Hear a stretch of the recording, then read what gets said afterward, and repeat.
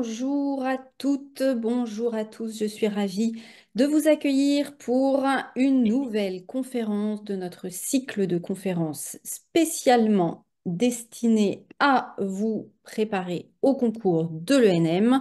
Notre deuxième opus ce soir porte sur la terrible note de synthèse, cette épreuve qui a pour caractéristique d'être l'épreuve commune à toutes les voies d'accès au concours, que vous passiez le premier, le deuxième, le troisième ou le concours professionnel, vous serez confronté à ce délicat exercice. Au programme de ce soir, je vous propose de commencer par vous donner la méthodologie et les conseils destinés à réussir cette épreuve avant, dans une deuxième partie, de vous proposer un corrigé du sujet qui est tombé cette année au concours et qui portait sur la protection des données personnelles de connexion. Pour animer cette conférence, je reçois Laurent Malka, qui est notre enseignant grand spécialiste de la note de synthèse. Bonsoir Laurent. Bonsoir, bonsoir. Bonsoir à tous. Aujourd'hui, on va commencer à déblayer un petit peu cette note de synthèse. Je sais que pour vous, certains on la connaissent, d'autres l'ont découverte un peu sur le tard, comme on dit. Et on va essayer de clarifier un petit peu la façon de faire une note de synthèse. Alors, moi, ma prétention, si j'en ai une, c'est simplement d'essayer au bout d'une heure et demie. C'est quand même assez ambitieux, finalement, quand j'y réfléchis. Au bout d'une heure et demie, vous convaincre que finalement, c'est pas si compliqué et que c'est effectivement très accessible si on suit une certaine forme de process. La note de synthèse répond à une logique. Elle répond à une logique qui, une fois bien comprise, eh bien, a priori, ne pose pas de problème. En revanche, il faut bien comprendre les attendus de cette note de synthèse. Alors, première chose, et je vais commencer à titre introductif par dire que si vous voulez réussir une note de synthèse, il faut juste comprendre à quoi ça sert. C'est pas seulement un exercice qu'on vous place dans tous les concours, quasiment, oui, quasiment tous les concours, juste pour vous décourager ou pour vous sélectionner. C'est avant tout un exercice qui a une vocation professionnelle. Donc la première chose, c'est de se dire, qu'est-ce qu'on exige de moi professionnellement quand je fais une note de synthèse? C'est un exercice de communication. On vous demande de communiquer une information, et une information, alors dans votre cas, une information totalement objective. C'est-à-dire qu'on ne vous demande pas d'intervenir, de donner vos idées, de créer quelque chose intellectuellement. On vous demande de comprendre, d'une part, c'est la première chose, comprendre un dossier, et d'autre part, pouvoir le restituer. Mais pouvoir le restituer de manière opérationnelle. Qu'est-ce que ça veut dire? Eh bien, comme on est dans le milieu professionnel, il faut que ce soit clair et rapide. Mais comme on est aussi dans le milieu professionnel, il faut aussi que ce soit renseigné. C'est-à-dire qu'on ne fait pas une note de synthèse pour avoir un résumé de quelque chose.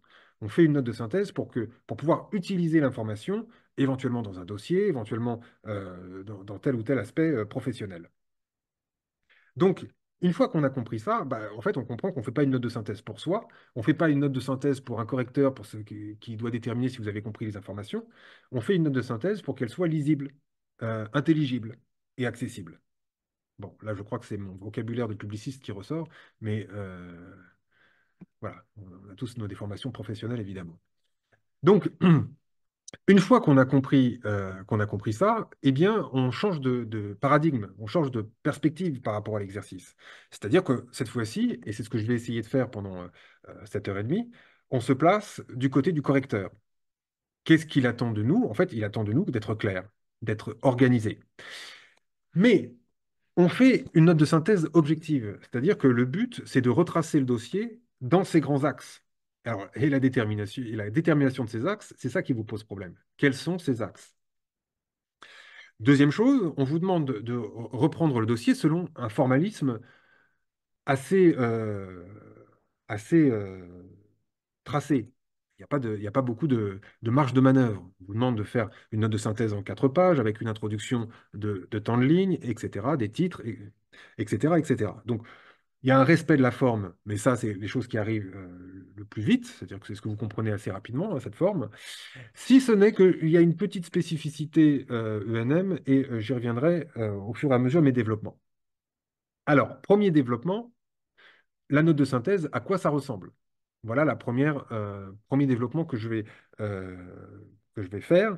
Et je continuerai avec un deuxième développement qui est la note de synthèse, comment faire. Et on finira dans le comment faire par envisager, au regard de ce que je vais vous dire ce soir, le sujet 2024 comme prévu. Alors d'abord, la note de synthèse, à quoi ça ressemble? Eh bien, dans la structure, c'est pas très différent de ce que vous connaissez en droit, puisqu'il s'agit de faire une introduction avec un plan en deux parties, deux sous-parties. Donc là-dessus, on reste dans le très classique. Si ce n'est que comme on est limité en termes de place, donc je vous rappelle que c'est quatre pages stricto sensu, ça signifie. Alors, on essaye de rester sur une copie double quand même. Mais si on peut dépasser, si on doit dépasser un petit peu, on peut pour que ça fasse quatre pages pile poil. En fait, ce qui se passe, c'est qu'on compense le petit espace de présentation de la première de couve, donc de la première page, on peut la compenser sur éventuellement une cinquième page. Donc ça fait quelques lignes supplémentaires sur une cinquième page. Mais bon, si on peut rester sur quatre pages, on reste sur quatre pages. Donc, première chose, on est limité en termes de lignes, ce qui veut dire que les proportions de la note vont totalement changer. Première chose, c'est que l'introduction est une introduction impulsive. Ce n'est pas une introduction de dissertation. Donc, une introduction de dissertation, souvent, elle fait une page et demie. Enfin, bon, vous avez compris, si je fais une page et demie d'introduction, il ne va pas me rester grand-chose pour développer. Donc, cette introduction, elle va faire aux alentours de 10 lignes, plus ou moins 10 lignes. Donc, ça peut être 8, ça peut être 12. Ensuite, le plan, c'est un plan donc avec des titres, un plan titré, qui comprend des chapeaux et une seule transition. Pas besoin de faire des transitions AB. Je vois beaucoup d'étudiants qui font des transitions AB parce qu'on a l'habitude de les faire en, en dissertation, alors qu'ils sont totalement inutiles en note de synthèse. Comme elle est courte, il n'y a pas besoin de rappeler ce que dit déjà le chapeau. Le chapeau qui montre l'articulation du A et du B. Donc, première chose, un chapeau, donc un titre, un chapeau qui annonce le A et le B. Je fais mon A, je fais mon B. Une transition cette fois-ci pour arriver dans le 2 de mon titre, un chapeau A, B. Vous pouvez, à l'ENM, faire une mini-conclusion. Une mini-conclusion. Mais pareil, pas la peine, si vous n'avez pas le temps de la faire, ou si vous avez trop d'informations pour le contenu, vaut mieux privilégier le développement. C'est ça le cœur de votre exercice. Euh, venons-en à l'introduction. L'introduction, 10 lignes. Alors, comment on fait pour caser une introduction en 10 lignes? Bah, c'est très simple. C'est quatre phrases, ni plus, ni moins. Chaque phrase a sa place, a son intérêt et sa raison d'être. Première phrase, bah, c'est une phrase d'accroche. Alors, cette accroche, c'est toujours la même chose dans une note de synthèse, mais c'est un peu toujours la même chose dans n'importe quel exercice. C'est-à-dire, souvent une citation, ça peut être une statistique, ça peut être un fait divers ou un fait historique. Attention, c'est alternatif. Donc, quand vous lisez le dossier et que vous tombez sur des phrases qui ont cette vocation, c'est-à-dire une vocation d'être un petit peu punch, eh bien, vous les sélectionnez en vous disant, bah, peut-être qu'elles me serviront d'accroche pour commencer ma note de synthèse. C'est souvent la première phrase qui est difficile. Après, on est lancé. Donc, on sélectionne ce type de phrase. Deuxième phrase, c'est la définition du sujet. La définition du sujet, ou éventuellement, si le sujet ne se définit pas, ce qui va être un peu le cas pour notre sujet sur la protection des données personnelles de connexion, c'est difficile à- à définir. Donc, si on ne le définit pas, c'est pas grave. On aura une phrase qui contextualisera plutôt à la place de la définition. Si on a un sujet, par exemple, sur un thème, une notion connue, eh bien là, une définition ira très bien. On reste dans une définition large, hein. Pas besoin de faire une définition qui soit extrêmement complexe ou très sophistiquée. Une définition large suffit très bien. L'essentiel, c'est dans le développement. Troisième phrase de la note de synthèse, de l'introduction de la note de synthèse, c'est l'enjeu. Cet enjeu ne nécessite pas forcément une référence au document. L'enjeu, vous prenez de la distance avec le sujet quand vous faites votre phrase d'enjeu pour, pour tout simplement définir, pour décrire ce qui se passe entre le grand 1 et le grand 2. Et on finit avec l'annonce de plan grand 1, grand 2. Alors, cette annonce de plan, évitez de faire des phrases à rallonge. Il est intéressant de déterminer les cas dans lesquels, ou hypothétiquement, etc., etc. Ça, on aime bien faire ça en dissertation. Alors, c'est très bien en dissertation, mais en note de synthèse, c'est inutilement lourd. Donc, on, on épure au maximum. Autre chose concernant la structure de votre note de synthèse, donc on a vu l'introduction. Si vous avez des questions, hein, vous n'hésitez pas, hein. Pour l'instant, ça va? Ça a l'air d'aller? J'ai l'impression que j'ai un rythme un peu rapide, donc je peux aussi répéter s'il y a besoin. Euh, Donc, une fois que l'introduction est faite, donc toujours pareil dans la structure, il y a autre chose à matérialiser. On a dit qu'on a un plan en deux parties, deux sous-parties. C'est vrai. Ah, j'ai une question d'Amira. J'y réponds juste après. Ah ben non, je vais y répondre maintenant. Est-ce que la phrase d'enjeu est sous forme de question? Alors, Amira, bonne question. Non. La réponse est affirmative. Non. Le moins possible. Pourquoi? Parce que le style interrogatif implique toujours le rédacteur. Or, ce que l'on veut, c'est une note de synthèse qui soit le plus neutre possible. Or, si je pose une question, eh bien, j'interviens pour interpeller mon lecteur. Donc, on évitera la forme interrogative, même pour la phrase d'enjeu. C'est pour ça que je ne l'appelle pas problématique, je l'appelle enjeu. Voilà. Donc, je reviens à ce que je voulais dire sur la structure. Donc, un plan en deux parties, deux sous-parties, certes, mais, comme je vous l'ai dit, c'est à destination d'un lecteur. Et le but de la note de synthèse, c'est de faciliter au maximum la lecture pour votre correcteur, lecteur, destinataire. Et pour cela, pour rendre cette lecture totalement efficace, je vous conseille fortement, même je n'ai pas tellement envie de vous faire d'injonction, mais c'est un conseil appuyé, on va dire, de faire des paragraphes. Alors, vous pouvez faire deux ou trois paragraphes visibles. Pas besoin de les numéroter, pas besoin de les titrer. Il y a simplement besoin de les identifier par un alinéa et un retour à la ligne. Alinéa, retour à la ligne. Donc, comme ça, on voit bien qu'il y a deux, trois idées dans chaque paragraphe. Alors, essayez juste de vous mettre à la place du lecteur, hein. Il vous est arrivé, j'imagine, de voir des notes de doctrine ou des notes de jurisprudence où il n'y a absolument aucun paragraphe. Et vous savez à quel point c'est lourd à lire, parce qu'on n'a aucune respiration. Là, le paragraphe, il permet non seulement d'identifier deux ou trois idées dans une sous-partie, et en plus, il permet de faire des respirations pour le lecteur. Et donc ça, c'est assez confortable, et plus la copie est confortable à lire, bah, mieux elle est. Patricia me dit, une accroche entre guillemets et définition ou contextualisation trouvée dans la main. Alors, accroche entre guillemets, oui. La définition ou la contextualisation dans le dossier, oui. Et sinon, pas d'apport personnel, oui, c'est ça. En fait, les deux phrases où il y a pas de référence, c'est l'annonce de plan, elle vous appartient, et l'enjeu, qui vous appartient aussi. L'enjeu, c'est ce que vous déduisez de la problématique générale du dossier.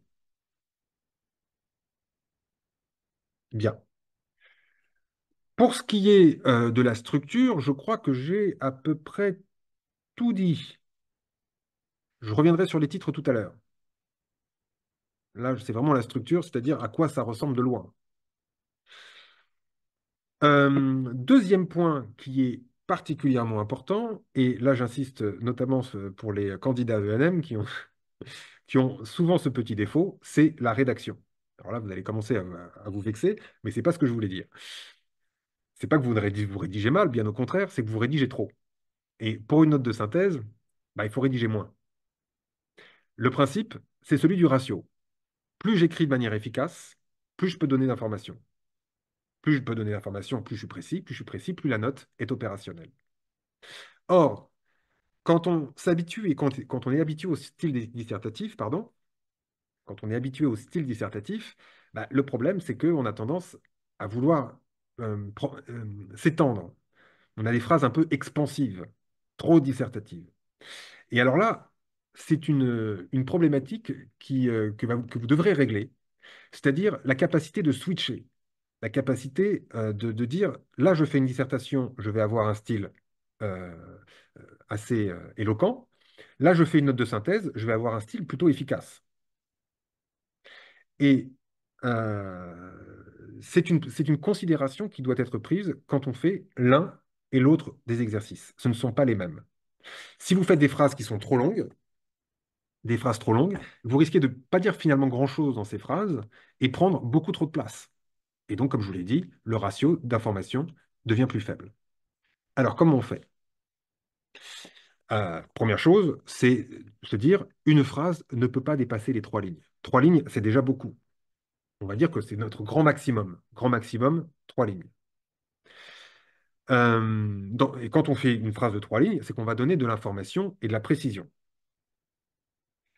Ensuite, se dire, on fait les phrases les plus simples possibles. Le sujet-verbe complément, il n'y a rien de mieux. Le petit chat joue dans le jardin. Voilà une phrase de note de synthèse. Le petit chat joue dans le jardin. Et c'est la même phrase que la Cour de cassation a censuré l'arrêt d'appel. Même structure. Voilà, c'était juste pour vous donner un exemple. Donc, sur cette, comment dire, cette façon de penser la phrase, eh bien, d'abord, on gagne en clarté et on va permettre ça va nous permettre de construire des phrases qui vont donner une information principale et étendre les informations de précision. Donc, sujet, verbe, complément. Ensuite, on évite les phrases sans idée. Ça aussi, c'est quelque chose qu'on fait souvent en dissertation. C'est-à-dire qu'on va utiliser des phrases qui vont nous permettre juste de présenter ce qu'on va dire. Mais présenter ce qu'on va dire en note de synthèse n'a aucun intérêt puisqu'on va le dire. Donc, pas de phrase de présentation. Exemple, si, je vais prendre un exemple complètement farfelu, vous devez citer un régime, une notion que vous trouvez dans le Code civil, vous pourriez très bien dire, telle notion de l'article tant du Code civil comporte à la fois des conditions de fond et des conditions de forme. Parmi les conditions de fond, c'est ta ta ta ta ta ta. Parmi les conditions de forme, ta ta ta ta ta ta. Bon. La première phrase sert à rien. En fait, on peut l'enlever, on va dire, l'article temps pose tout d'abord, pardon, tout d'abord, l'article temps pose des conditions de fond, et je les énonce, et ensuite, je parle des conditions de forme. J'ai gagné 2 lignes. Euh, exact, et toujours pareil sur la question de la rédaction, on va éviter, bien sûr, les pronoms personnels. La note de synthèse doit être neutre. Donc, pas de je, pas de tu, pas de il, nous, vous, il. Pas de on. En revanche, on va pouvoir utiliser bien sûr des il ou des elles pour éviter de répéter les substantifs. La Cour de cassation a censuré l'arrêt d'appel, elle a considéré que. Là, on peut effectivement dire il ou elle. Mais pas de il convient de, il semble que, il apparaît que. Ça manque de neutralité euh, et surtout, ça rallonge vos phrases, encore une fois. Concernant certaines expressions, c'est-à-dire, autrement dit, en d'autres termes, là aussi, c'est à bannir. Quand je dis c'est-à-dire, quand je dis autrement dit, ça veut dire que je l'ai déjà dit une première fois, mais comme je l'ai mal dit, bah, je le répète. Donc forcément, c'est pas utile. Donc si on veut être efficace, on dit les choses une première fois et une fois pour toutes.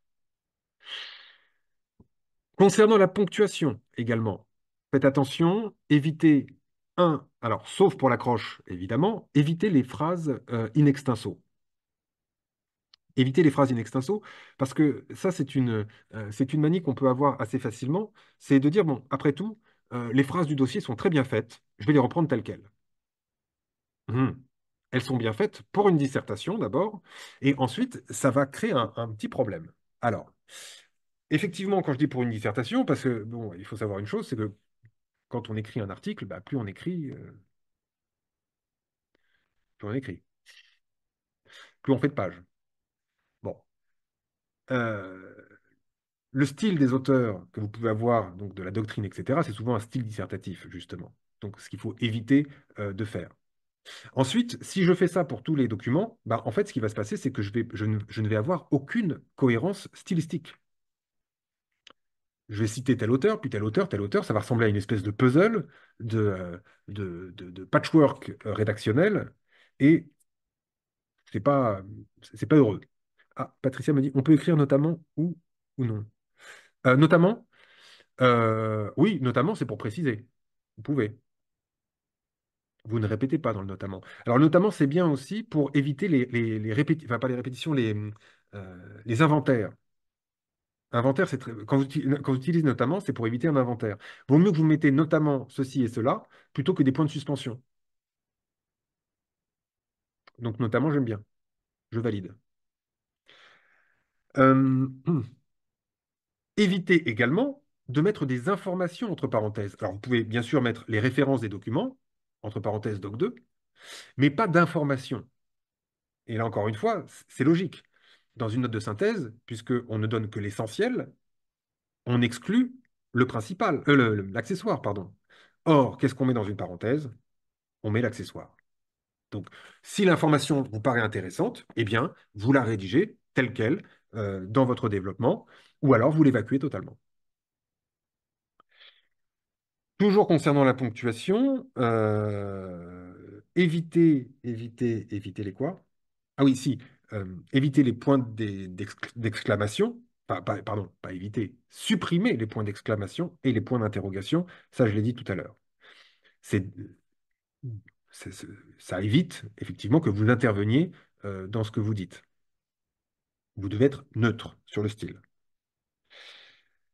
Dans les titres également, évitez,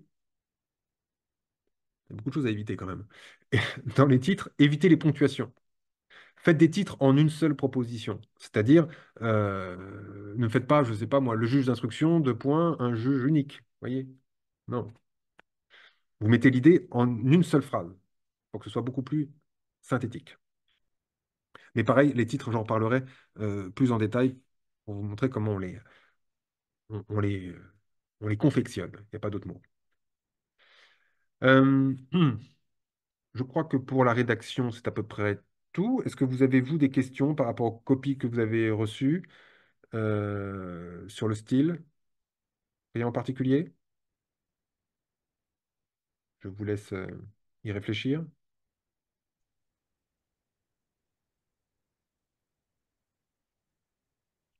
Ah, bonne question. Est-ce pertinent de citer les auteurs des documents? Ah ben, c'est bien, j'ai plein de questions. Alors, la réponse est, ça dépend. Pourquoi?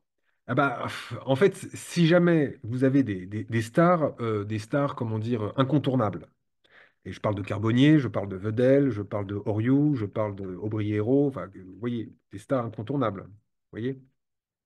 Bon, dans ces cas-là, oui, il faut les citer. Il faut les citer. En revanche, et sans condescendance aucune, si c'est un auteur que vous ne connaissez pas, pas du tout, enfin, voilà, euh, on mettra pour certains, pour d'autres. Vous voyez? Euh, Est-ce obligatoire d'indiquer les documents entre parenthèses? Oui. La réponse est oui. Oui, parce que c'est l'esprit même de la note de synthèse. Puisque je vous fais une synthèse des documents, je ne vais pas tout vous dire. Je vais vous dire l'essentiel, en tout cas ce qui semble être l'essentiel, mais cela doit faire aussi appel à la subjectivité de celui qui reçoit la note de synthèse, le destinataire. Et le destinataire, quand il reçoit votre note de synthèse et qu'il dit elle est très bien faite, c'est vrai, mais il y a un point dans cette note que j'ai envie de développer. Et si vous me dites que ce point, il est dans c'est le document 8, ah, je vais pouvoir aller compulser le document 8 et le lire plus en détail. Voyez? Donc, la référence, c'est un petit peu l'effet des notes de bas de page. C'est exactement ça, d'ailleurs. C'est comme les notes de bas de page que vous pouvez avoir dans un mémoire ou dans une thèse. C'est là pour dire, bah, tiens, cette information-là, elle provient de ce document-là, et si je veux euh, la fouiller un petit peu plus, je sais où aller. Sur l'utilisation de la forme neutre, si on exclut le elle, il, comment procéder pour avoir des formes neutres? Dans tous mes documents, j'utilise il, le il de neutralité. Alors, c'est le il semble et il convient, c'est ça? Oui. Parce que le il de neutralité, en fait, c'est simplement là où il me gêne, c'est qu'il n'est pas si neutre que ça. Quand je dis il convient de s'interroger sur, il convient, c'est moi qui dis ce qu'il convient de faire ou pas. De s'interroger. Donc je pose une question, j'interroge. Plus le pronom réfléchi, S apostrophe. qui renvoie à moi-même. Donc, bon, je ne vais pas faire d'analyse littéraire de la phrase, mais finalement, on pense que le il est neutre, mais il n'est pas si neutre que ça. Et ce que je vous disais aussi, ça alourdit la phrase. Au lieu de dire, il convient de s'interroger sur la pertinence je sais pas moi, il convient de s'interroger sur la pertinence d'une réforme du juge d'instruction, par exemple, euh, pourquoi pas, la réforme du juge d'instruction interroge, pourquoi pas, ou interpelle les pouvoirs publics.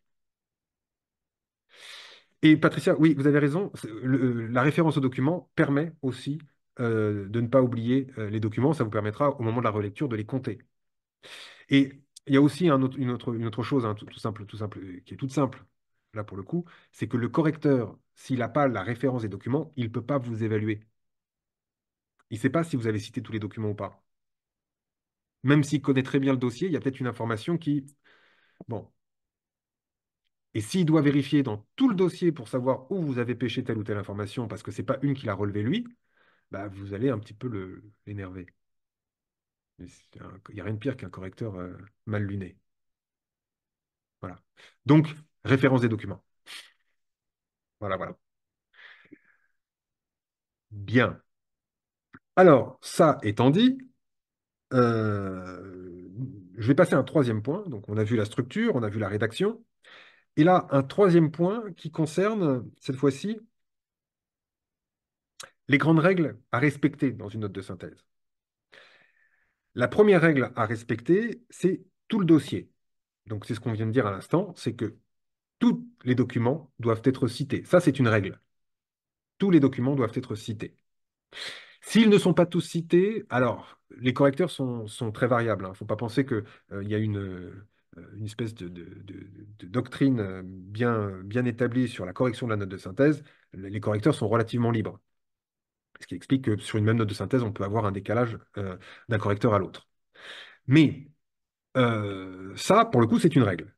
Son appréciation, elle est variable. Vous pouvez avoir des correcteurs qui considèrent qu'il manque un document, donc vous n'avez pas répondu à l'exercice, donc c'est forcément en dessous de la moyenne. Premier point. Vous pouvez avoir aussi des correcteurs qui vont considérer que bon, bah, on a un barème, s'il manque un document, c'est moins un point, ou moins un demi. Voilà, donc ça peut varier. Mais ce n'est pas anodin et c'est forcément sanctionné. Donc, tout le dossier. Le seul problème dans tout le dossier, c'est que il peut arriver qu'il y ait des documents pièges, c'est-à-dire des documents qui n'ont pas de lien direct avec le sujet.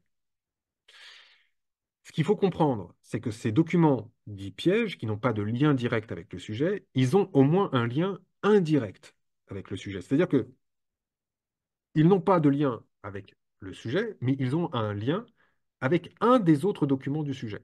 Donc c'est comme ça qu'il va falloir essayer, par arborescence, euh, il va falloir essayer de le lier.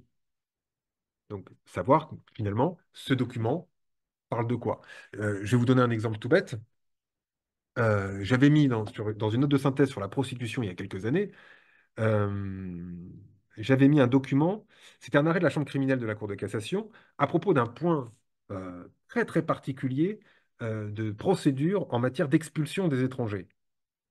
Alors dit comme ça, le rapport avec la prostitution, pas évident du tout. Bon. Mais il fallait lire les motivations un peu de la Chambre criminelle qui montraient pourquoi en fait on expulsait cet étranger. Donc vous savez que la procédure d'expulsion, c'est lorsqu'on a un étranger qui soit en situation irrégulière ou régulière qui porte atteinte à l'ordre public. Et dans ce cas-là, c'est une procédure d'expulsion. Et il se trouve que dans l'atteinte à l'ordre public et les motivations de la Cour de cassation, notre personnage euh, prostituait sa femme, sa fille ou sa mère, je ne sais plus. Enfin, c'était les trois peut-être à la fois d'ailleurs. Bref. Et donc là, on voyait le lien. C'était une affaire de proxénétisme.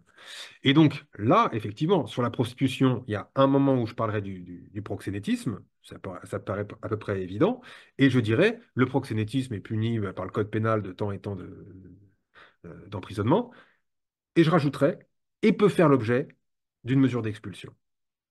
Quand on a un document comme ça, qui est un document piège, il y a deux choses à ne pas faire. La première, ce serait de le mettre dans l'introduction. parce que dans l'introduction, elle est courte. Donc, un document qui n'a rien à voir avec le sujet dans l'introduction se verra à peu près comme le nez au milieu de la figure. Et la deuxième chose à ne pas faire, c'est perdre du temps à essayer d'expliquer le lien. Donc, ce que je fais, c'est que j'essaie de trouver le lien avec un des documents qui, lui, est lié au sujet pour pouvoir l'évacuer très rapidement. Donc, et peut faire l'objet d'une mesure d'expulsion. Mais j'ai cité mon document. Ça va? Pas trop rapide? J'ai l'impression de parler vite, hein. Ça va? Bien, merci. OK. Ça va, c'est parfait. Bon, bah, très bien. Oh, bon, je garde le rythme alors. Euh, euh, Deuxième grande règle de la note de synthèse, c'est rien que le dossier. Donc ça, c'est la règle de neutralité, justement. Rien que le dossier. Alors, ça signifie que vous ne pouvez apporter ni d'informations extérieures, même si elles sont très objectives, et ni, bien sûr, et a fortiori, votre opinion personnelle. Ça, c'est la règle. Mais est-ce que ça veut dire qu'une note de synthèse doit être neutre, c'est-à-dire lisse, plate? Eh bien, la réponse est ça dépend. Ça dépend, en fait, ça dépend du dossier. Vous avez des dossiers qui sont totalement neutres, lisses et plats. Par exemple, quand vous avez un dossier où vous n'avez que de la jurisprudence et que des normes, bah, là, vous allez simplement décrire un régime juridique. Donc, forcément, ça va être neutre et ça va être plat. En revanche, si vous avez un dossier dans lequel vous avez des documents de doctrine, des articles de presse, etc., là, il y a des chances que la note de synthèse soit un petit peu moins plate et peut-être fasse l'objet de controverses. Et ce que j'essaie de vous dire, c'est que ces controverses, ces critiques, même si elles sont véhémentes, je me souviens par exemple, dans les années 2006-2007, Fanny, tu me confirmeras, mais je me souviens d'une doctrine qui s'insultait par dallos interposés entre, à l'époque c'était, comment il s'appelle, c'est sur les produits défectueux, c'était entre Geneviève Vinet et Tournafont, et Olivier Tournafont. Mais ils s'insultaient franchement. Voilà. Bon, alors évidemment, on enlève les insultes, mais pour vous dire qu'à ce moment-là, on est dans une controverse qui est animée, et dans ce cas-là, eh bien, on ramène cette controverse dans notre note de synthèse en toute objectivité, sans y participer. Pour certains, c'est complètement nul, pour d'autres, c'est totalement parfait. Vous voyez? Donc, on n'a pas peur des informations qui sont partisanes, on les ramène dans le dossier de manière objective. Certains disent ça. Bon. Et c'est là où vous, si vous parliez des auteurs tout à l'heure, c'est là où c'est intéressant de les citer, justement. En revanche, à aucun moment, moi, je ne prends parti. Même si ça va à l'encontre de toutes mes convictions politiques ou religieuses ou ce que vous voulez, eh bien, il faut rendre le dossier tel qu'il est. Voilà, voilà.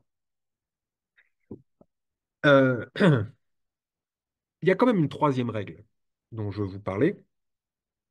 Cette troisième règle qui viendra peut-être atténuer cet effet de vide, ce vertige que l'on peut avoir parfois lorsqu'on lit les documents. Cette espèce de bestiole, de gremlins que vous avez sur l'épaule et qui vous chuchote à l'oreille, attention, tu vas rater quelque chose d'important. Vous voyez de quoi je parle? Je pense que oui. Alors, la question, qu'est-ce qui est important dans une note de synthèse? Je vais y revenir parce que je vais utiliser ça pour les méthodes. Mais ce qui est important dans une note de synthèse, c'est pas compliqué, hein. C'est que une information est importante à partir du moment où elle est répétée. Elle est répétée. Si elle est répétée dans 5 documents sur 20, bah, il y a une grande chance que ce soit une sous-partie. Complètement. Euh, Je voulais vous dire d'autres, ça y est, j'ai oublié. Ah, bah ça c'est l'âge. Donc, autrement dit, il faut évaluer la récurrence d'une information pour déterminer à quel point elle est importante ou pas. Donc, je vais schématiser. On a 20 documents. 20 documents. Si je divise 20 par 4, donc une sous-partie doit être à peu près justifiée avec 5 documents. Donc, si j'ai une information qui revient une fois, une phrase, éventuellement. Si j'ai une information qui revient dans 2, 3 documents, un paragraphe. Si j'ai une information qui revient dans 5, 6 documents, une sous-partie. Si j'ai une information qui revient dans 10 documents, une partie. Et si j'ai une information qui revient dans 20 documents, c'est que c'est mon sujet. Voilà. Euh, donc, cette troisième règle, c'est une espèce de mantra. Une information importante est une information récurrente. Toujours l'impression de faire gourou quand je dis ça, mais c'est vrai. Quatrième point que je voulais aborder concernant toujours cette première partie sur à quoi ressemble une note de synthèse, eh bien, c'est un point important, c'est à quoi ressemble surtout une bonne copie. Une bonne copie de note de synthèse. Comment vous êtes évalué? Alors, exit la théorie de l'escalier, c'est une rumeur. Exit la théorie du doigt mouillé, c'est aussi une rumeur. Il y a des critères très très objectifs qui permettent d'évaluer une note de synthèse. Alors, le premier, en fait, il est assez évident. C'est qu'une note de synthèse, comme ce sont certains documents sur un sujet, il n'y a pas 50 000 plans. En réalité, il y en a un, peut-être deux possibles sur la note de synthèse. Un plan, 2 plans. Ce qui veut dire que les correcteurs, bah, ils ont déjà une grille de correction qui est le plan du corrigé. Le concepteur de la note a pris un nombre de documents et il en a fait sa propre synthèse. Et donc, il fournit la synthèse au correcteur. Donc, la première chose à faire, c'est de vérifier est-ce que votre note de synthèse correspond au plan de correction. Ça peut être un plan alternatif, mais comme je vous l'ai dit, il n'y en a pas 50. Donc, peut-être un deuxième plan alternatif ou un troisième plan alternatif, mais pas au-delà. Donc, ce qu'on va faire, c'est que, au-delà du corrigé, est-ce que votre note de synthèse présente deux critères importants? Le premier, c'est la cohérence du plan. Est-ce que j'ai bien un plan cohérent? Euh, J'avais envie de vous donner un exemple, mais je ne peux pas vous le donner parce que vous êtes en train de faire cette note de synthèse sur le renseignement. Donc, je ne spoile rien. Il faudra que je trouve un autre exemple. Si, j'en ai un. J'avais fait une note de synthèse sur le dopage, il fut un temps. Fanny, tu me confirmes qu'elle n'est pas dans le... Non, parfait. J'avais fait une note de synthèse sur le dopage, il fut un certain temps.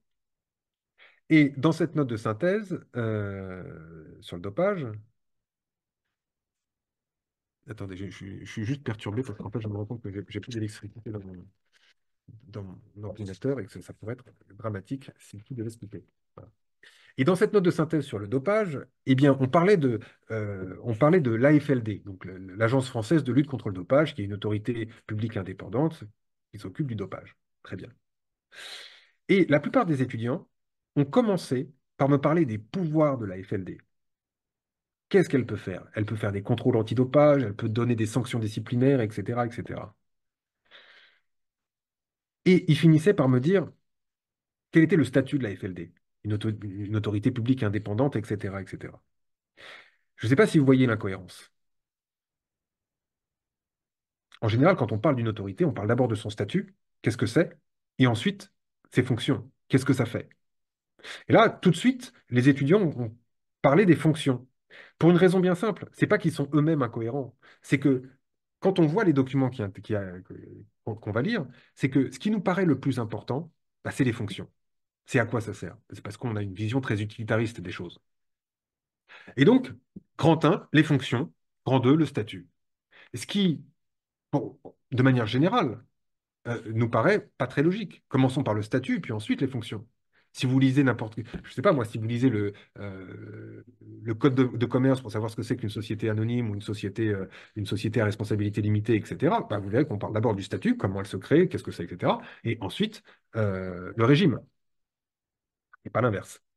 Bon. Donc, ça, c'est la première chose qui est évaluée, c'est la cohérence du plan. Faire en sorte que les parties, en fait, se suivent de manière assez fluide et logique, comme si je racontais une histoire. Et la deuxième chose, c'est de voir si le plan est exprimé de manière claire et précise. De manière claire et précise. Ça, c'est les titres. Donc, un, la cohérence du plan. Cette cohérence, ça peut être deux types de plans, ce qu'on appelle les plans thématiques ou des plans analytiques. Et deux, la formulation des titres. Alors, je vais en profiter pour vous montrer ça sur un petit tableau. Hop, dès que je trouve le tableau. Ah si, tableau. Voilà, tableau blanc. C'est magnifique la technologie. Hop, hop. Alors, ce qui va m'importer, là, c'est les titres. Comment fait-on un titre? Pour faire un titre, j'ai ce petit truc.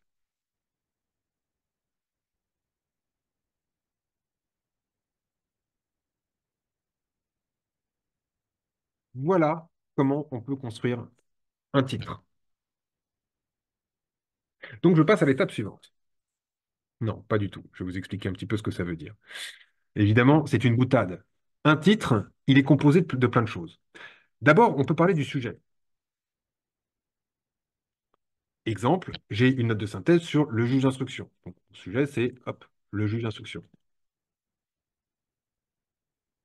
Voilà. Ensuite, bah, je vais préciser, c'est-à-dire de quoi je parle concernant le juge d'instruction, c'est-à-dire l'objet. O, c'est l'objet. Dans ma partie, je vais parler des pouvoirs du juge d'instruction. Les pouvoirs. Ça me fait un titre comme ça, les pouvoirs du juge d'instruction. C'est un peu plat. Titre de manuel, parfait, mais titre de synthèse, à revoir. Parce que ma partie, elle va certainement dire autre chose sur ces pouvoirs du juge d'instruction. Donc, je vais essayer de colorer ça. D'abord, en utilisant un élément qualifiant. Je vais l'appeler comme ça, élément qualifiant. Alors, qu'est-ce qu'on peut dire de ces pouvoirs du juge d'instruction? On peut dire qu'ils sont, je ne sais pas moi, ils sont pléthoriques, excessifs, exorbitants, ce que vous voulez. Ce que dit le dossier en réalité. Pourquoi pas exorbitant? Voilà. Les pouvoirs exorbitants du juge d'instruction, déjà, c'est déjà plus clair.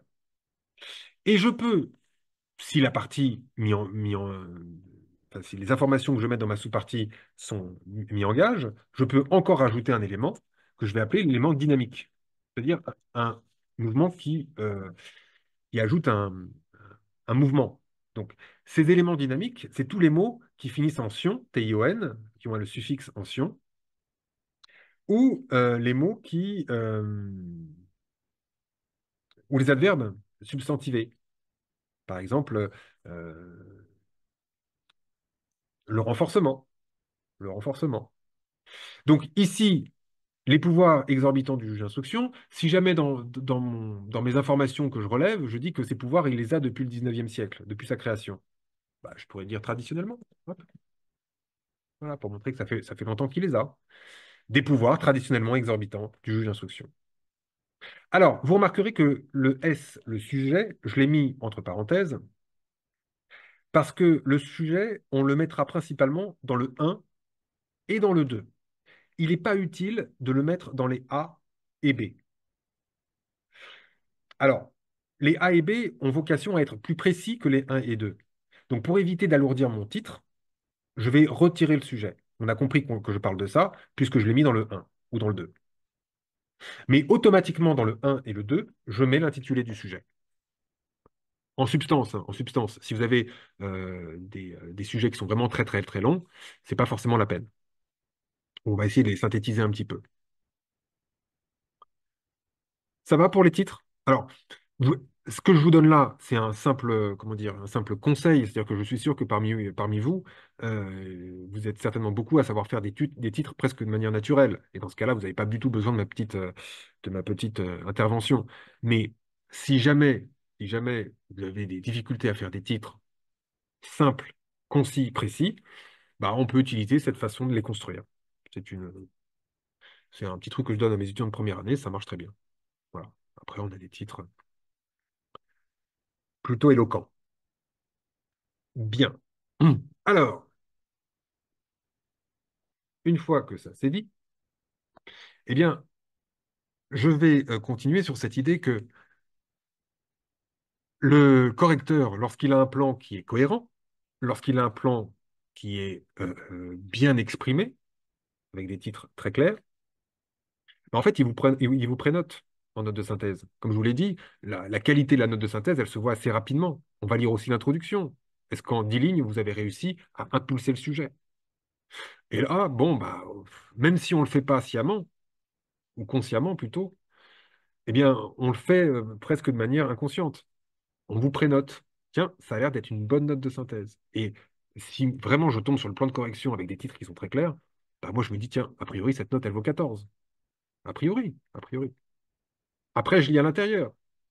Et si à l'intérieur, je me rends compte que bah, j'ai des informations qui sont intéressantes, qui sont bien articulées, 14, 15, 16, pas de faute d'orthographe, dans un style totalement synthétique, 17, 18. Bon, et après, je me réveille. Mais bon, c'est l'idée. La plupart du temps, eh bien, on a des bons plans, c'est vrai, mais à l'intérieur, des informations qu'on aurait pu éviter, qui ne sont pas forcément bien expliquées, donc 14, 13, 12, 11. Voilà. Si le plan est pas terrible ou pas très bien exprimé, bah, on part de 9 ou 10 et après on va péniblement monter ou descendre. Si le plan ne nous évoque rien, eh bien on partira de 7. Voilà. Donc c'est un petit peu cette logique-là que l'on a quand on corrige une note de synthèse. Moralité, on n'a pas deux fois l'occasion de faire une bonne première impression. Autrement dit, il faut soigner ce plan, il faut soigner cette introduction, il faut être sûr de sa cohérence et il faut être sûr de sa formulation. Quand on a ça, on a un premier élément de séduction du correcteur. Bonsoir monsieur, excusez-moi, j'ai une question. Moi. Ah, allez-y, Wilfried. Oui, ma question, elle est relative au plan que vous aviez donné à propos des étudiants qui ont commencé par parler d'abord des pouvoirs de Oui, l'autorité chargée de l'ascension, avant de parler du statut. oui, J'aimerais savoir si le dossier tel qu'il est présenté, c'est-à-dire le premier document, deuxième document, troisième document, en commençant par faire la lecture aérienne, bon, si vous me le permettez, oui, j'ai commencé par lire d'abord du pouvoir.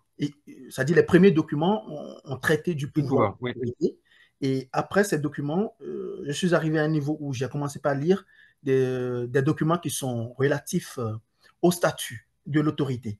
oui. Est-ce que je ne vais pas bâtir mon plan suivant cette lecture ou faudrait que je respecte la norme, voilà, ce qui est Alors, normalement recommandé? Merci. oui, ce qui est la cohérence admise. Alors, en fait, ce que je voulais vous dire, c'est ça. C'est que le, lorsque vous faites votre lecture du dossier, le principe, c'est que les documents ne sont pas mis dans l'ordre. S'ils étaient mis dans l'ordre, ce serait trop simple, forcément. Du coup, on aurait à faire comme dans un commentaire de texte, faire une analyse linéaire et puis dire on aurait le plan.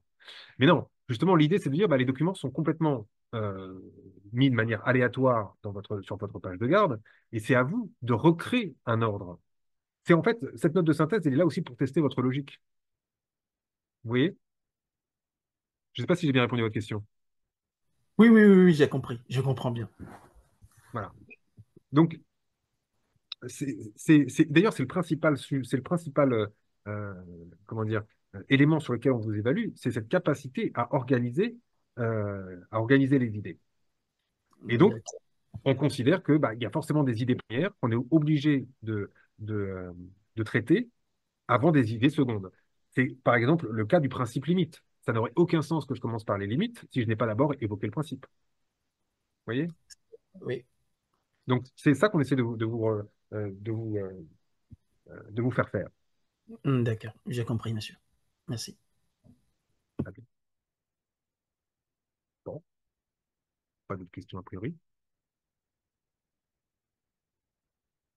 Ah, bonne question. Non, on ne peut pas avoir de verbe conjugué dans les titres. Alors attention, pas de verbe conjugué, certes, mais vous pouvez utiliser des participes passés.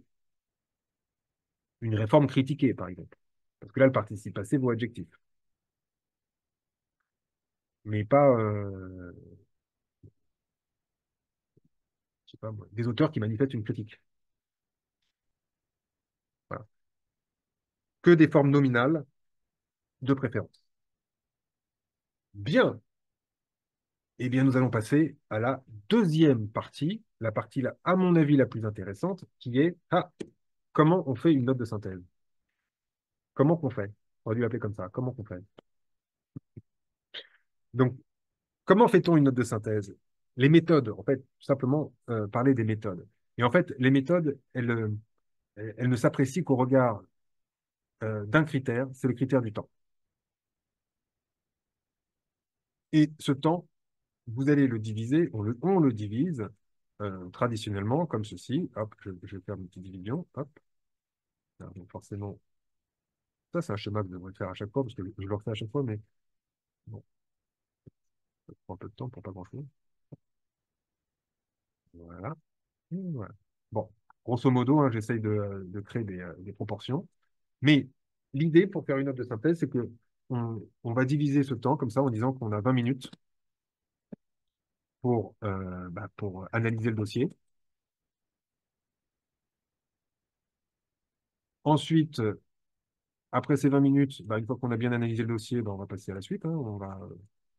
Euh, on va faire la lecture et la prise de notes. Et ça va nous demander pas mal de temps. En principe, 2 heures. Je dis toujours en principe, hein, vous verrez pourquoi après. Ensuite, une fois qu'on a bien lu le dossier, qu'on est bien crevé, on passe au plan. On va faire un plan. On va prendre 30 minutes quand même pour le plan. 30 minutes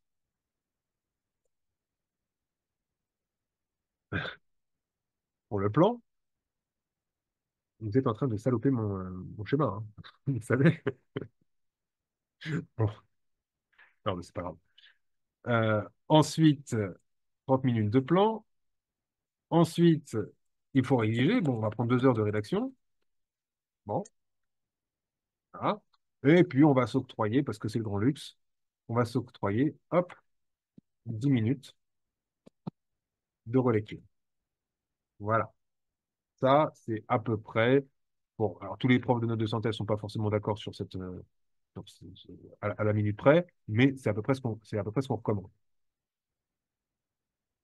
Voilà. Bon. Une fois qu'on a ça, bah, première chose que j'aurais à vous dire, c'est oui, c'est très bien, mais en fait, ça dépend. Il faut aussi faire en fonction de vous. Et si je vous demande de tenir ces délais-là, alors que vous n'êtes pas forcément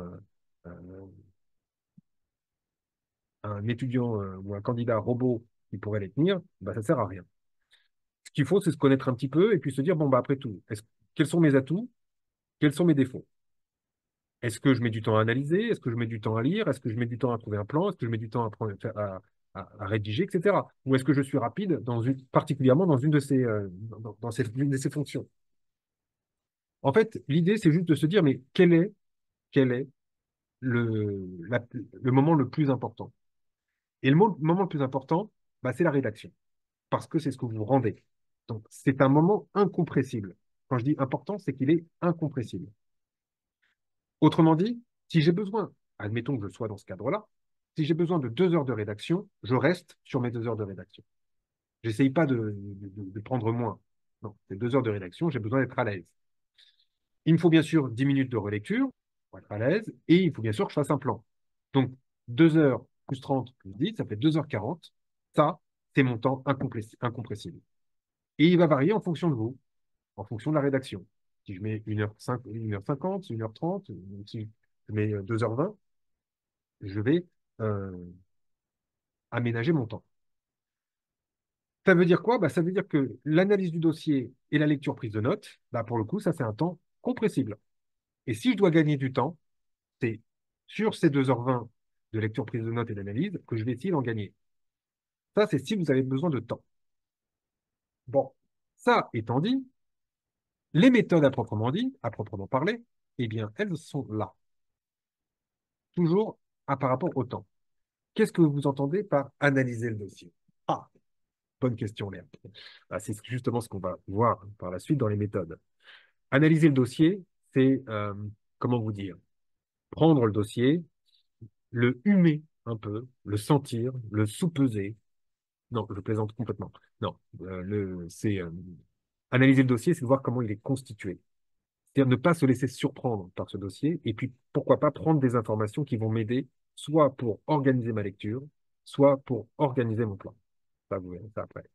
Enfin, on va voir ça après. Mais en fait, il faut éviter de se lancer tête baissée dans le dossier. Il faut un plan d'attaque. Et le plan d'attaque, c'est l'analyse du dossier. J'ai répondu à votre question? Oui. Bon. Alors, mais avant d'en arriver là, il faut juste comprendre comment on fonctionne. Alors, bon, bien sûr, on est tous très différents, mais il y a quelque chose qui est à peu près commun à tous les candidats qui passent cet examen, c'est la concentration. Et on s'aperçoit que la concentration, au départ, elle est très haute et qu'à la fin, elle est très basse. Combien de fois je suis à la sortie de l'amphi des examens ou des concours de notes de synthèse, et je demande aux étudiants, alors c'était quoi le sujet? Et ils me répondent, je ne sais plus. Ils ont passé 5 heures dessus. Ils ne savent plus. Et ils savent plus pourquoi? Bah parce qu'ils ne savent plus où ils habitent, en fait. Et donc, sur cette comment dire, concentration, eh bien, il faut avoir conscience qu'on n'est pas l'équivalent à la fin de ce qu'on était au début. On perd en concentration. Et les méthodes que je vais vous montrer, eh bien, elles permettent de définir le moment où je suis intellectuellement le plus optimal. Bon, bah, en fait, vous le voyez sur mon schéma. Le moment où je suis le plus optimal, bah, c'est au début. C'est logique. Mais la question, c'est de savoir quel est le moment où j'ai besoin d'être optimal. D'après vous, à quel moment je réfléchis le plus dans une note de synthèse? Tiens, je travaillez un petit peu. C'est pas que moi. Vous avez une idée?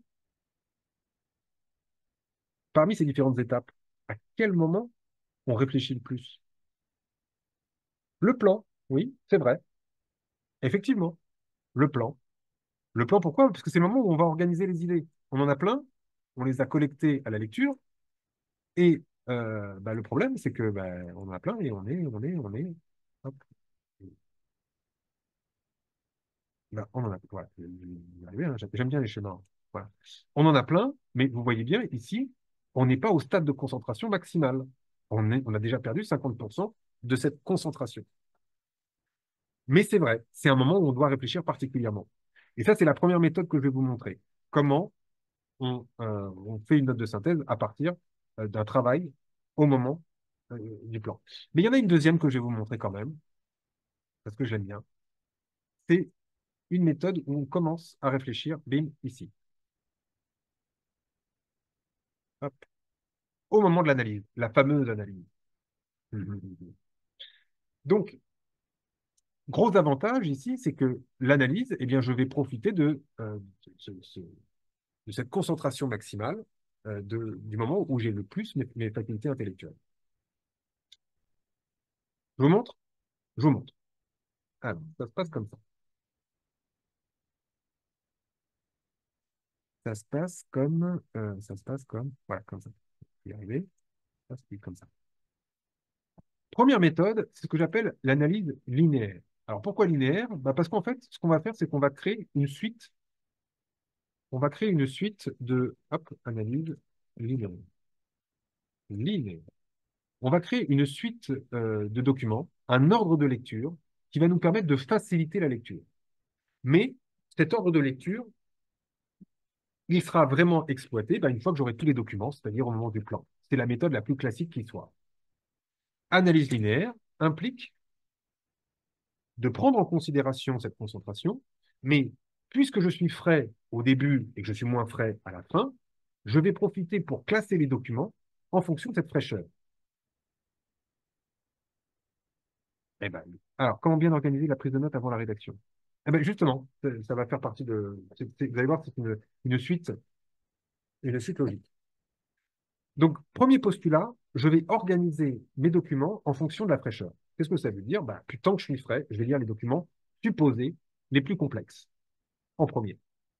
Et à la fin, quand je serai moins frais, eh bien, je vais lire les documents les moins complexes, par définition. Ça ressemble à ça. Premier document que je lis, ce sont les documents subjectifs. Les documents subjectifs, c'est principalement la doctrine ou des rapports ou les rapports publics.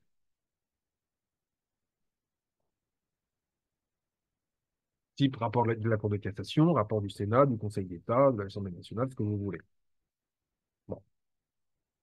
Pourquoi je les lis en premier? Parce qu'ils sont techniques, ils sont juridiques et ils vont surtout apporter comment dire, des éléments de réponse euh, euh, avec un peu de recul. Voilà, c'est ça, avec un peu de recul. Donc, je considère même que ce sont les documents les plus importants. Alors, évidemment, tout ça n'est qu'une simple présomption. Ça peut tout à fait être renversé. Euh, non, je vais faire un jeu de mots, mais c'est pas la peine. Des fois, je le sens, puis des fois, je ne le sens pas. Non, non, autocensure. Bon, documents subjectifs. Ces documents, je vais les lire dans l'ordre antéchronologique, c'est-à-dire du plus récent au plus ancien. Et là encore, c'est logique. Pourquoi? Parce qu'en fait, le document de doctrine le plus récent, c'est celui qui va me donner toutes les clés et tous les enjeux du sujet aujourd'hui. Éventuellement, retracer ce qui s'est passé avant. Dans le langage de certains profs de notes de synthèse, on appelle ça aussi le potentiel document pivot. Alors, vous avez peut-être entendu parler de ce mythe, le document pivot. Ça vous dit quelque chose? Oui? Bon. Alors, certains en parlent. C'est un peu comme le Yeti, le Darius, que vous voulez. Euh, on en parle, mais personne ne l'a jamais vu. Mais il faut quand même en parler. Le document pivot, c'est celui qui aurait le mérite de vous donner le plan, de vous donner les informations principales, et puis finalement, tous les autres documents, ce sont soit des redites, soit des trucs qu'on peut agréger sur ce document. Voilà, un peu le document maître, hein, la question, c'est est-ce qu'il existe? La réponse, parfois. Parfois, rien n'empêche un concepteur de notre synthèse de mettre un document pivot. Moi, je le vois rarement, peut-être parce que je suis complètement myope, mais je fais en tout cas en sorte comme s'il n'existait pas. Après, je peux me dire effectivement qu'il est pivot. On peut se dire éventuellement qu'un document pivot, ce serait un document, on peut le présumer pivot, s'il est de doctrine ou un rapport public, c'est-à-dire qu'il y ait du contenu juridique, première chose, très récent, le plus récent possible, pour qu'il puisse avoir un prisme très très large sur le sujet, et troisième caractéristique, qui aurait le même titre que mon dossier. Voilà. Là, je me dis, bon, on a un document qui parle de la même chose et, aujourd'hui. C'est tout le problème, Patricia, c'est que est-ce qu'un document pivot est nécessairement long? C'est que parfois, je tombe sur la page de garde sur ce fameux document pivot, et là, je me dis, youpi!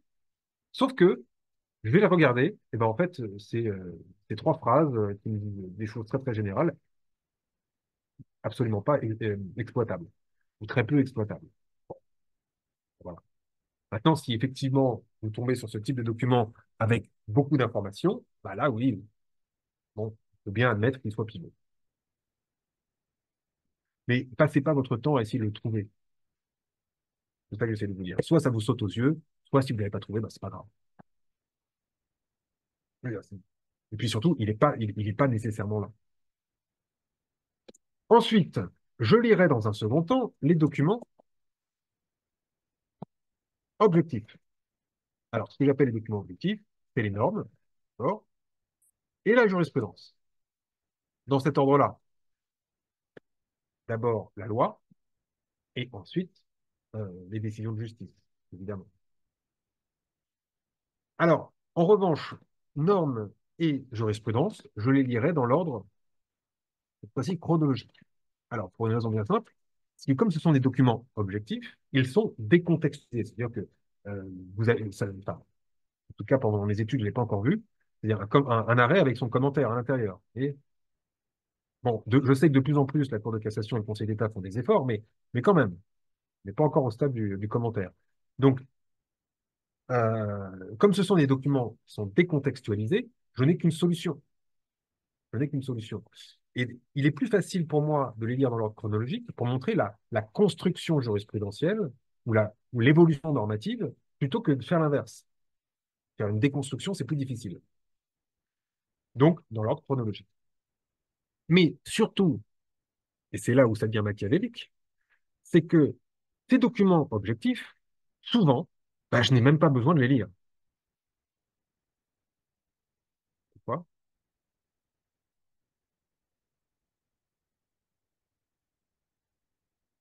Alors, Hakim, bonne question. Non, on se préoccupe principalement de la solution.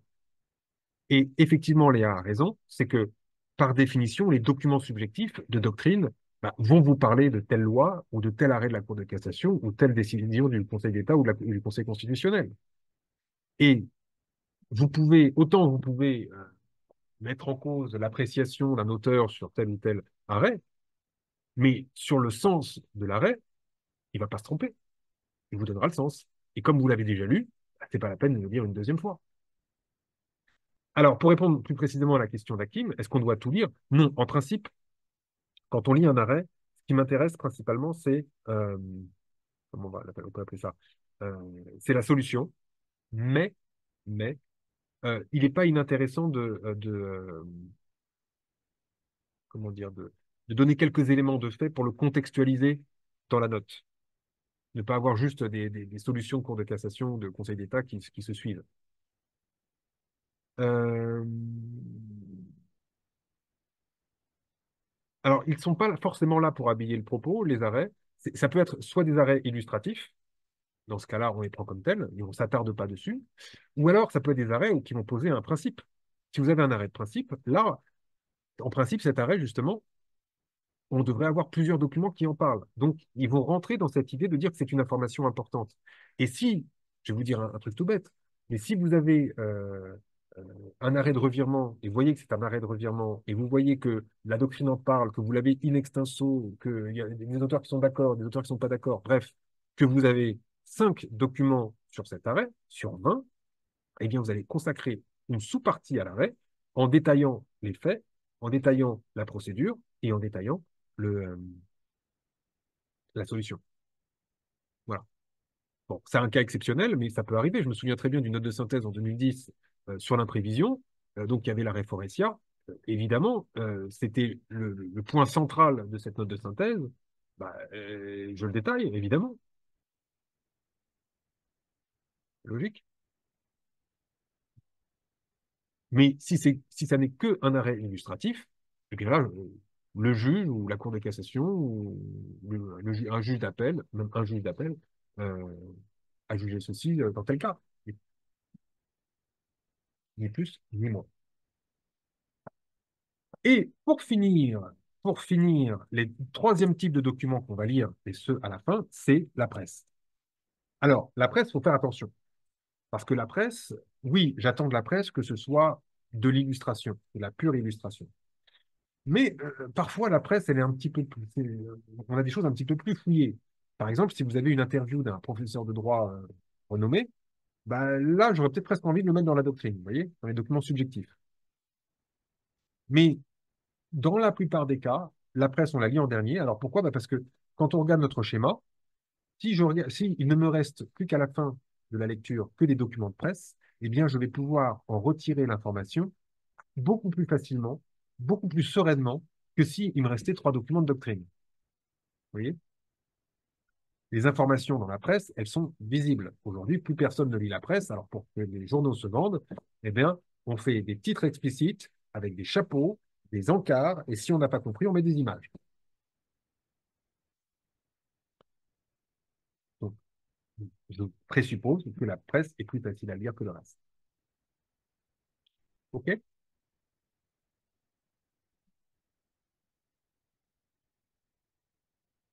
Il n'y a pas de question, j'ai l'impression d'être clair.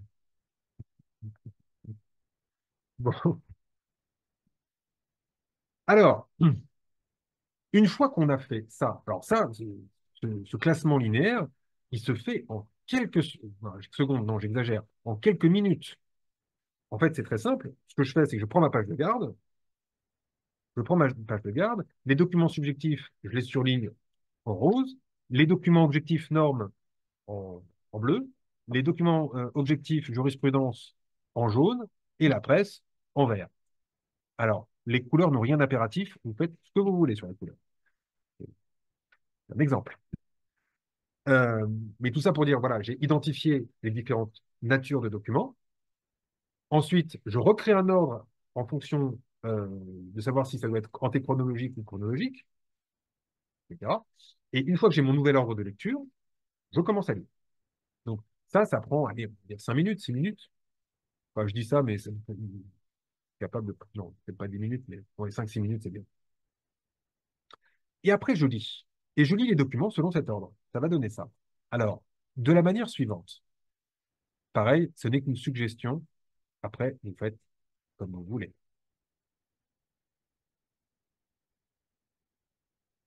Bon. Donc, je fais un tableau à 3 entrées. Voilà, comme ceci. Très bien. Donc, mon tableau, il va donner ça. Hop.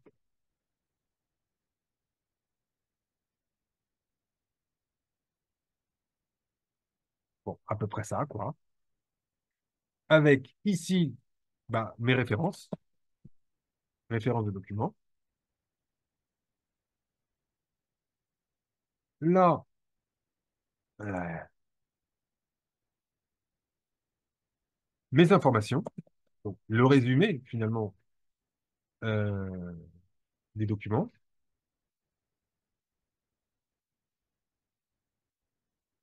Et là, une dernière colonne qui a l'air de rien, que je vais appeler thème et récurrence.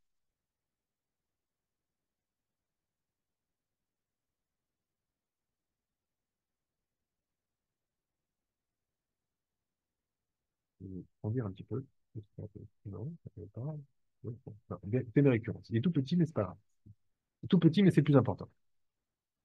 Donc ici, référence, je commence par mon premier document, c'est le document 5. Hein. Je précise que c'est la doctrine, avec un petit D, et je mets la date, 2024, parce qu'il est super récent, comme ceci. Ensuite, ici, je vais noter toutes les informations. Alors, il se peut que le premier document que vous allez prendre en considération, eh bien, c'est un document où vous allez prendre énormément d'informations. C'est pas grave, c'est normal. En revanche, les documents qui vont suivre, en principe, vous devriez y avoir moins d'informations. Donc, je vais prendre première information, je ne sais pas, moi, donc, tiens, on a un sujet sur le président de la République. Tiens, on me parle dans ce document, article 5 de la Constitution. Alors, j'écris ça, bien sûr, en abrégé à chaque fois. Président de la République, égale arbitre, euh, deux points, assure le fonctionnement régulier des pouvoirs publics, plus continuité de l'État, hop, plus, je sais pas moi, c'est qui, je sais, plus garant des traités, etc. Bon. Ensuite, article 5, on me dit élection du président de la République, hop, au suffrage universel direct par scrutin majoritaire uninominal, et je précise, si plus de 50% égale un tour, si pas de majorité absolue euh, égale deuxième tour, avec les deux plus forts. Bon, évidemment, j'écris ça rapidement. Bon, qu'est-ce que je peux avoir d'autre comme information intéressante?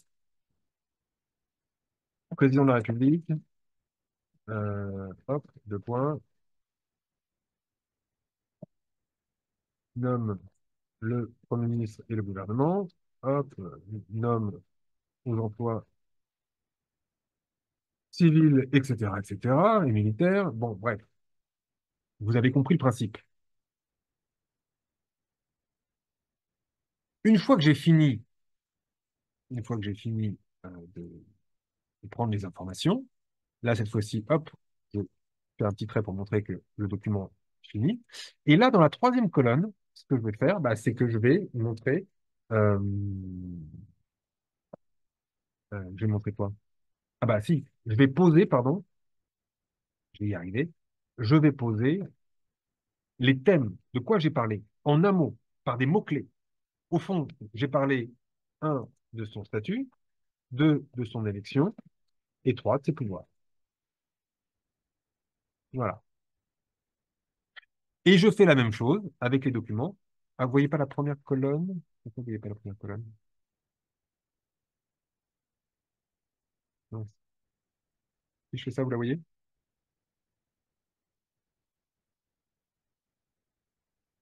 D'accord. Bon, là, c'est tout petit pour le coup. Mais, et je fais ça avec les documents qui suivent. Si j'ai une information qui se répète, je ne la réécris pas. Si par exemple, dans le document 12, c'est le suivant, hop, et je vois qu'on parle du président élu au suffrage universel direct, je réécris pas l'information, je mets juste ici document 12, comme ceci. Voilà. Par contre, je mets ici thème élection. Une fois que j'ai fini ça, enfin, une fois que j'ai fini tous les documents, donc je fais référence, information, thème et récurrence, référence, information, thème et récurrence. Une fois que j'ai fini ça, eh bien, au plan, et le plan, je reprends le tableau, mais je le lis à l'envers cette fois-ci. Je commence par les thèmes et les récurrences, je fais mon plan avec ces thèmes qui reviennent. Plus un thème revient, plus c'est une sous-partie. Une fois que j'ai mes deux parties de sous-partie, eh bien, j'y insère les informations de la colonne du milieu que je référence avec la première colonne. Vous avez compris le principe?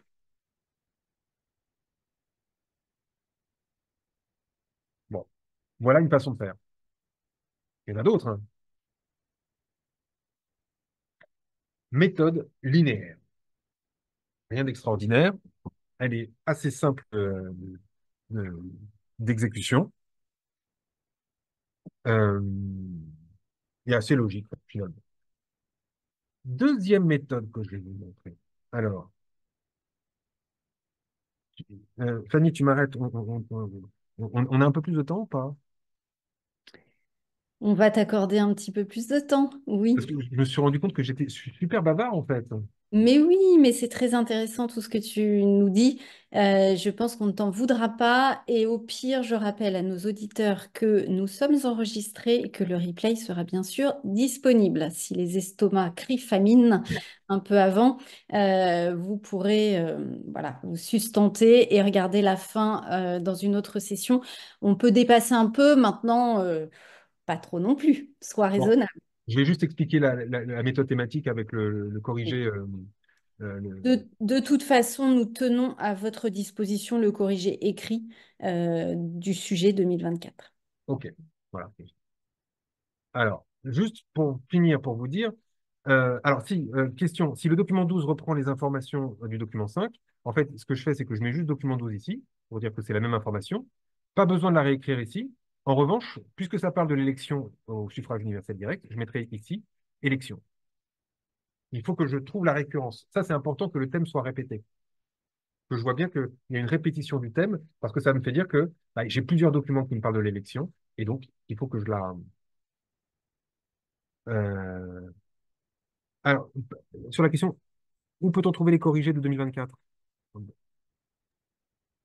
Sur le site internet de Mission Magistrat dans la rubrique des annales.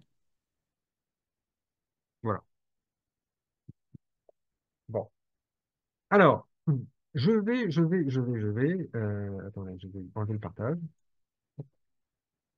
Hop, voilà. Je vais maintenant vous parler de la deuxième méthode. Bon, la première, c'est vrai que je faisais un petit peu, enfin pas vite, mais enfin, elle se comprend assez facilement. La deuxième méthode, elle est un petit peu plus audacieuse. Parfois difficile à appréhender du premier coup, mais redoutable et particulièrement efficace. La deuxième méthode, elle implique cette fois-ci d'essayer de trouver le plan eh bien, dans les 20 premières minutes. 20 premières minutes. Comment fait-on? Bah, en fait, c'est ce que je vous ai dit, il faut juste partir du principe que les informations importantes du dossier, elles ont deux caractéristiques. La première, je vous l'ai dit tout à l'heure, une information importante, c'est une information qui est récurrente, répétée. Mais il y a une deuxième caractéristique qu'on oublie, c'est qu'une information importante, elle est mise en valeur. Eh oui. Et contrairement à ce que l'on peut croire, quand on lit un document, l'information importante, elle n'est pas écrite, vous savez, avec du citron entre deux lignes, où il faut mettre une petite allumette pour que l'information apparaisse. Non, pas du tout. Elle n'est pas cachée du tout, l'information importante. Quand un document parle de quelque chose, l'auteur le crie sur tous les toits. Et ce cri, c'est un titre. Alors, ça, c'est le titre. C'est le titre. Mais ça peut être aussi, si le titre est parfois pas très explicite, ça peut arriver, ou s'il n'y en a pas, ça peut être un chapeau. S'il n'y a pas de chapeau, ça peut être un plan. S'il y a un plan, il y a des titres. Ou alors ça peut être un début de paragraphe, ou une fin de paragraphe. Bref, tout ce qui peut accrocher l'œil. Et quand on regarde les documents qui se suivent les uns à la suite des autres, ben, en fait, on s'aperçoit qu'il y a plein de choses qui peuvent nous accrocher. Et on va utiliser ces éléments-là pour essayer de les noter et de voir à quel moment ils se répètent. Et plus ils se répètent, plus j'ai un thème, plus j'ai une sous-partie, et va se dessiner progressivement un plan. Alors, eh bien, nous allons essayer de le faire. Nous n'allons pas essayer, nous allons réussir à le faire avec, donc, comme je l'ai dit, tac, tac, tac, tac, le sujet sur la protection des données personnelles de connexion. Il est là. Je vais le partager avec vous. Alors, première chose que je fais, c'est le sujet, la protection des données personnelles de connexion. Tiens, ça me fait penser à quoi? Donc, je fais un peu comme dans une dissertation, c'est-à-dire que le but, c'est de prendre le maximum de recul possible sur le document, sur le sujet. Ne pas me laisser surprendre information par information, par information, par information. Là, non, au contraire, c'est prendre de la hauteur. Donc, si je prends de la hauteur, d'abord, comme dit le sujet, protection des données personnelles des connexions, ça me fait penser à plein de trucs. RGPD, évidemment, ça me fait penser éventuellement euh, euh, à l'accès aux données de connexion dans les cas des procédures pénales. Ça peut également la question des hébergeurs, des fournisseurs d'accès. Bref, tous ces éléments. Là, je sais dans quel milieu, si vous voulez, milieu thématique, le milieu dans lequel je vais évoluer. Ensuite, eh bien, je regarde comment est fait le dossier. Je vois qu'il y a 12 documents. Très bien. 12 documents, ça veut dire 12 documents, il fait 36 pages, ça veut dire que j'ai des documents relativement longs. Voilà, ça aussi, il faut que je m'y attende. Des documents relativement longs. Ensuite, je regarde la nature des documents. Donc, j'ai le RGPD, j'ai de la loi, j'ai de la jurisprudence, j'ai de la doctrine, jurisprudence, j'ai des normes avec le code des postes, et j'ai même de la presse. Donc, c'est ce que j'appelle un dossier relativement équilibré. Il y a un peu de tout. Bon. Bon, une fois que j'ai ça, c'est plutôt une bonne information dans un premier temps. Et qu'est-ce que Ah si, autre chose que je regarde, c'est les dates. 22, 09. Bon, ça, je ne sais pas. Euh, Là, j'ai pas de date. 21, 22, 21, 22, 24, 18, 16. Bon, alors, les dates, qu'est-ce que ça me dit? Ça me dit qu'on est sur un sujet qui a un petit peu d'actualité. J'ai peut-être pas une évolution. Si j'avais eu plein de dates antérieures à un point donné et plein de dates postérieures à un point donné, là, je me dis, bon, certainement une évolution. Là, il n'y a rien qui me dit que c'est un plan évolutif. Donc, je n'aurai pas un plan avant-après. Bon, voilà les quelques informations que je peux tirer. Et je n'irai pas plus loin sur la page de garde. Maintenant, ce qui va m'intéresser, c'est document par document, qu'est-ce que je peux en sortir? Eh bien, premier document, c'est le fameux RGPD. Bon, je vais le noter tel quel. C'est mon premier thème, RGPD. Je le note. Et par contre, dans ce RGPD, je m'aperçois que le document est assez long. Il est, il est long. Il y a quelques pages, 3, 4 pages. Et il n'y a pas de plan. Alors là, ça commence très mal par rapport à ce que je vous ai dit tout à l'heure, parce que je vous ai dit qu'il faut trouver des accroches. C'est pas grave. Ce que je vais faire, c'est que je vais y passer un petit peu de temps pour savoir de quoi il parle. Je vais essayer de créer des sous-catégories du RGPD. Alors, je parcours juste les premières phrases. Régit les personnes physiques à l'égard des traitements de données à caractère personnel concernant la nationalité, machin. Donc ici, c'est, on va dire, la notion de données personnelles.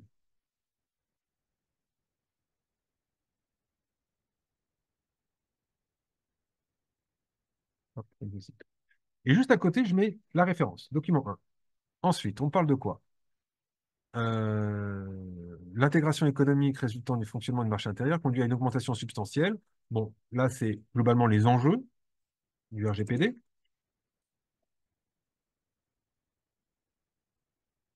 On me dit pourquoi on fait ce RGPD? Bah, parce que ça, il y a plein de flux transfrontaliers. Ensuite, évolution rapide des technologies, etc., c'est pareil, c'est les enjeux. Ces évolutions requièrent un cadre de protection des données plus cohérent dans l'Union, assorti de règles rigoureuses, confiance, très bien, bon, enjeu. Euh, afin d'assurer un niveau cohérent de protection des personnes physiques, c'est encore l'enjeu. OK. Euh, préciser les droits et les obligations. La protection. Alors, je vais très vite, hein, je cherche pas.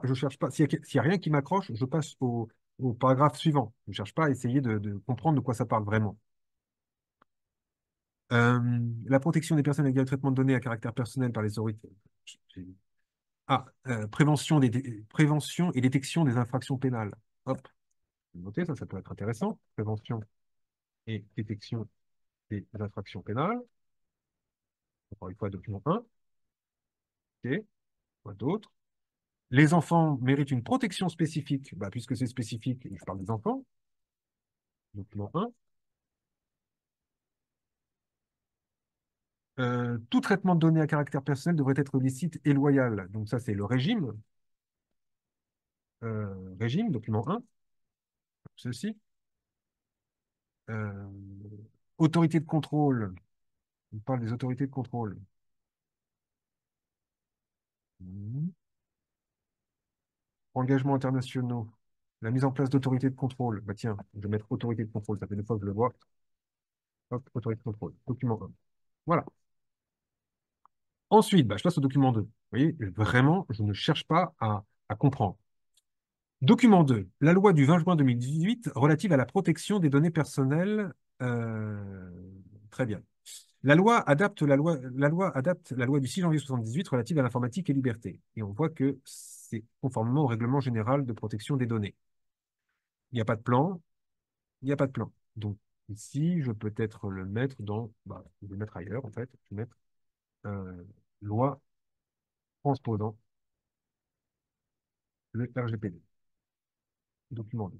Vous allez voir, pour le moment, ça ressemble à rien. C'est la suite. Un peu comme quand on monte une mayonnaise.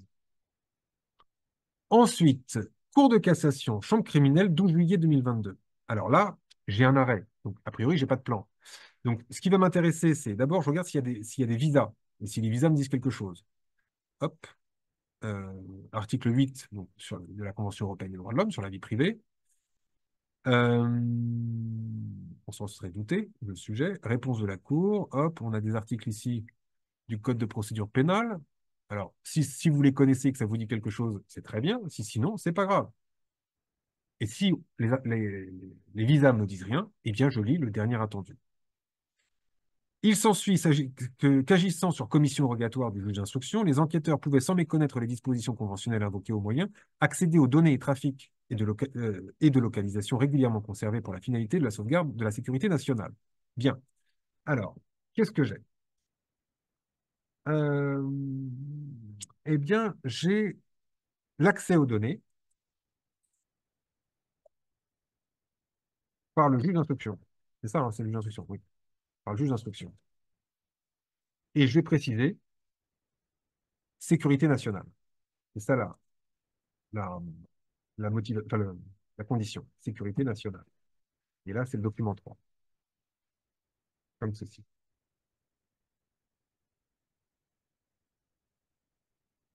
Poursuivons. Document 4. Protection des données dans l'Union européenne, etc. Alors, règlement général sur la protection des données, droits fondamentaux, législation, tout ça, ça ressemble à ce qu'on a vu là.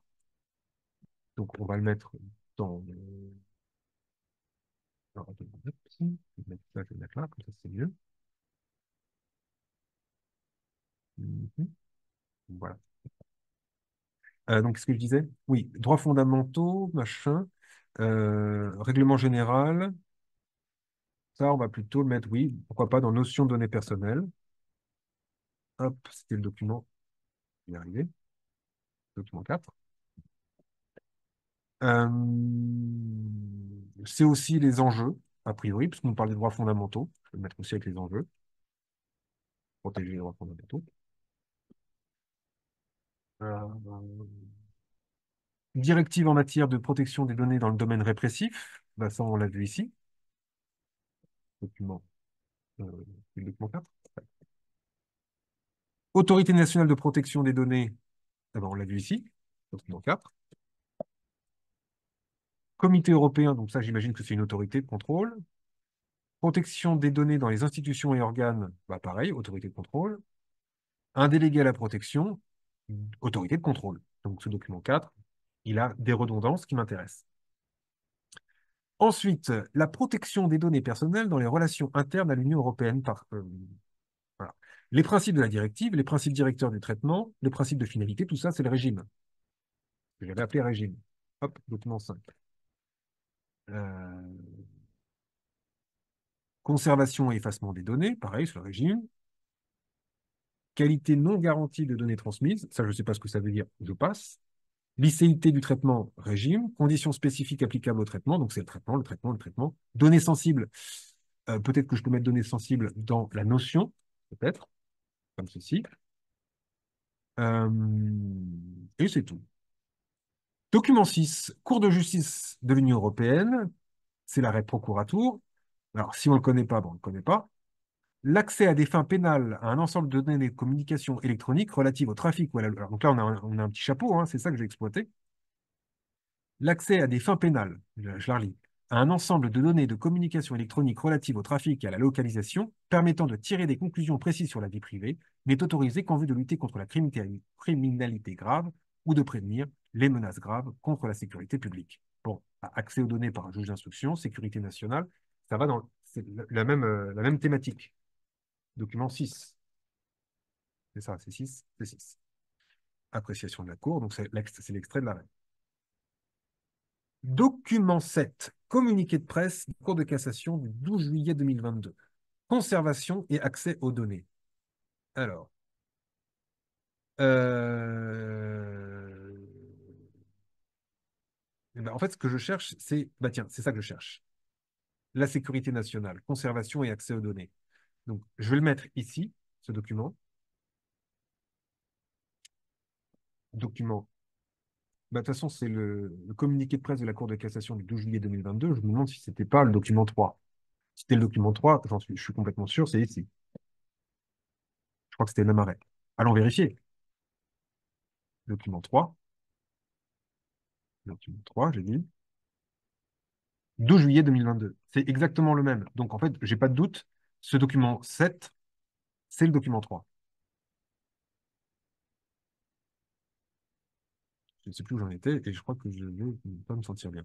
7, voilà. Document 8.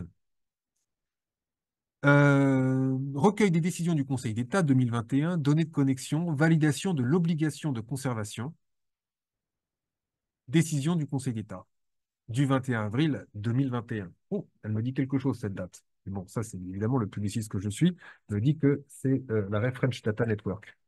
Mais sinon, on ne sait pas. Donc, j'ai un sommaire. La contrariété des dispositions législatives aux stipulations d'un traité international ou au droit de l'Union européenne ne peut être utilement invoquée à l'appui de conclusions dirigées contre un acte réglementaire que si ce dernier a été pris pour son application ou si elle ne constitue la base légale. Alors là, on a une pure décision de droit administratif, enfin, si on lit le sommaire, qui ne dit absolument rien par rapport à mon sujet. Ce qui fait que ce qu'il y a de plus éclairant, eh ben, en fait, c'est le titre. Données de connexion, validation de l'obligation de conservation. Donc, on est encore sur accès aux données. Je vais peut-être rajouter conservation. L'accès, conservation, je ne sais pas si c'est tout à fait pareil, mais je vais préciser ici. Alors, euh, donc oui, c'est des arrêts de quadrature du net. Bref. Si on n'a pas bien compris, on peut éventuellement se pencher sur le dernier paragraphe. Par ailleurs, l'annulation des décrets attaqués, compte tenu de sa portée, implique seulement, dans l'attente de l'intervention des textes nécessaires, la mise en conformité du droit national avec le droit de l'Union européenne, qu'en cas d'avis défavorable de la CNCTR. Ça vous dit quelque chose, ce truc, CNCTR? Si oui, bah, ça me permet d'orienter. Sinon, Bah, c'est pas grave, on passe. C'est la Commission nationale de contrôle des techniques de renseignement. Donc, on est encore dans cette idée de sécurité nationale. C'est le renseignement, c'est la DGSI, c'est la DGSE, c'est tout ça. Et si on n'a pas compris, bah, c'est pas grave. Document 9. Accès à la conservation des données de téléphonie soumis à conditions strictes pendant la phase d'enquête. Bah, là, on est encore ici. Euh, Mardi 12 juillet, la Cour de cassation. On est encore sur le même arrêt. Document. Que contester les requérants? Là, vous voyez, c'est ce que je vous disais tout à l'heure. Là, on est vraiment dans un cas où un arrêt de la Cour de cassation va prendre une part importante du dossier. Donc là, il va falloir être précis. Concrètement, de quel pouvoir se trouvent privés les procureurs et à quelles conditions pourront-ils désormais... Voilà, c'est la question, effectivement, de l'accès, alors pas par le juge d'instruction, mais du procureur, on voit quel est l'enjeu. C'est la question du juge indépendant, à savoir si le procureur peut y avoir accès ou s'il nous faut un juge du siège pour y avoir accès. Vous voyez, il n'y a pas besoin de comprendre précisément le dossier pour voir qu'en fait, on a des choses qui sont assez classiques. Euh, que constitue Cela constitue-t-il à votre sens un outil? Je lis les titres quand même. Bon, ça sert pas à grand-chose. Ensuite, code des postes et des communications électroniques. Oui, oui, il existe. C'est l'article L34-1, modifié par une loi récente. Donc ça peut se retenir aussi comme idée. Et on va regarder. Le présent article s'applique au traitement de données à caractère personnel dans le cadre de la fourniture au public de services de communication. Bon, bah, en fait, ça a l'air d'être le régime, hein. Alors, je vais le mettre immédiatement dans le régime. Document 10. Euh, les opérateurs de communication électronique sont tenus de conserver, pour les besoins d'une procédure pénale, pour les besoins de la lutte contre la criminalité, sécurité nationale. Bon, bah, ça va aussi là, le document 10. Hop, comme ceci. Vous voyez? Ah, on a un autre article. Les informations relatives à l'identité de l'utilisateur. Ah bah, ça, c'est la notion de données personnelles. On l'a vu ici, on peut mettre ici. Voilà. Donc là, on a tout ce qui est en fait une donnée personnelle. Et là, on a une liste. Document 11, article 15 de la directive machin des parlements concernant le traitement à caractère personnel et la protection de la vie privée dans le secteur des communications électroniques. Une communication peut inclure toute information consistant en une dénomination. C'est exactement la même chose. C'est la notion de données personnelles. Je vais le mettre ici. Document 11. Document 12. Données téléphoniques, le diable est dans la facture détaillée, les fadettes. Le recours aux fameuses fadettes par les policiers est désormais strictement encadré par une décision de la Cour de cassation. Et on repart de la même décision depuis tout à l'heure. Hop, bim, document 12. J'en suis à peu près sûr, puisqu'on est le 20 juillet 2022, et si ma mémoire est bonne, c'était 12 juillet, je crois. Ouais. Donc, et on a fini. Bon, là, on a pris 20 minutes. Mais en 20 minutes, on a ça. Alors, vous allez dire, mais oui, ça nous sert à quoi?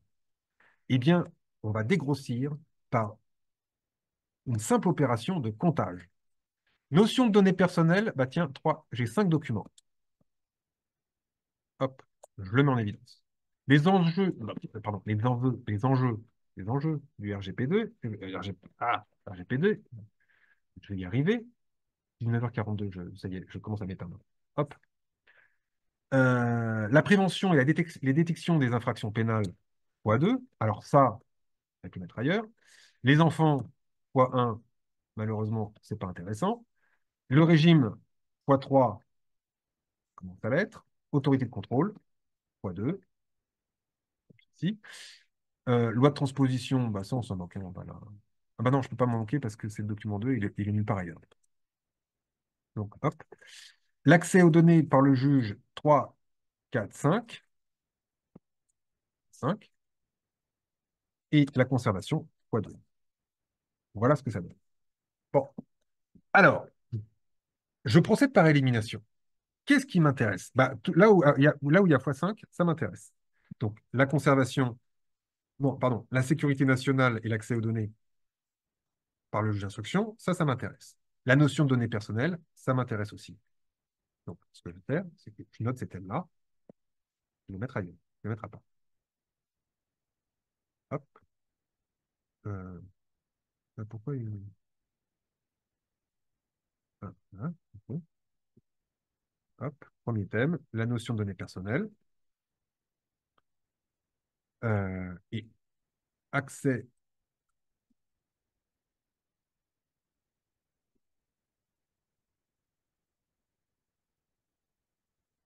par le juge d'instruction sécurité nationale aussi. Ensuite, bah, en fait, le régime, là j'en ai x3, bah, si je regarde bien, régime autorité de contrôle, alors ça me fait 1, 5, 10 et 4. Ça, on peut tout mettre ensemble. Hop, je le mets là. Les enfants, plus le régime, plus les autorités de contrôle, ça me fait un thème, enfin, oui, ça me fait un thème global, je peux appeler régime, ça me paraît bien, à 4 documents. 4 documents, c'est bien. Ensuite, qu'est-ce qui me reste? Eh bien, bah, la prévention des infractions pénales ici, et pourquoi pas la question de la conservation, puisque les deux concernaient le pénal. Alors ça, pardon, je l'élimine. Hop. Les enjeux, c'était les documents 1 et 4, je les ai ici dans la notion. Je peux aussi les éliminer. Donc, je vais mettre enjeux et notions ensemble. Voilà. Accès aux données. Et il me manque plus que la conservation, que je vais mettre avec la prévention. Alors, je vais le réécrire, ça va être plus simple. Prévention et détection des infractions pénales. Donc, c'était 1 et 4, plus conservation. Ça me fait 8 et 10, ça me fait x4. Comme ça. Et voilà.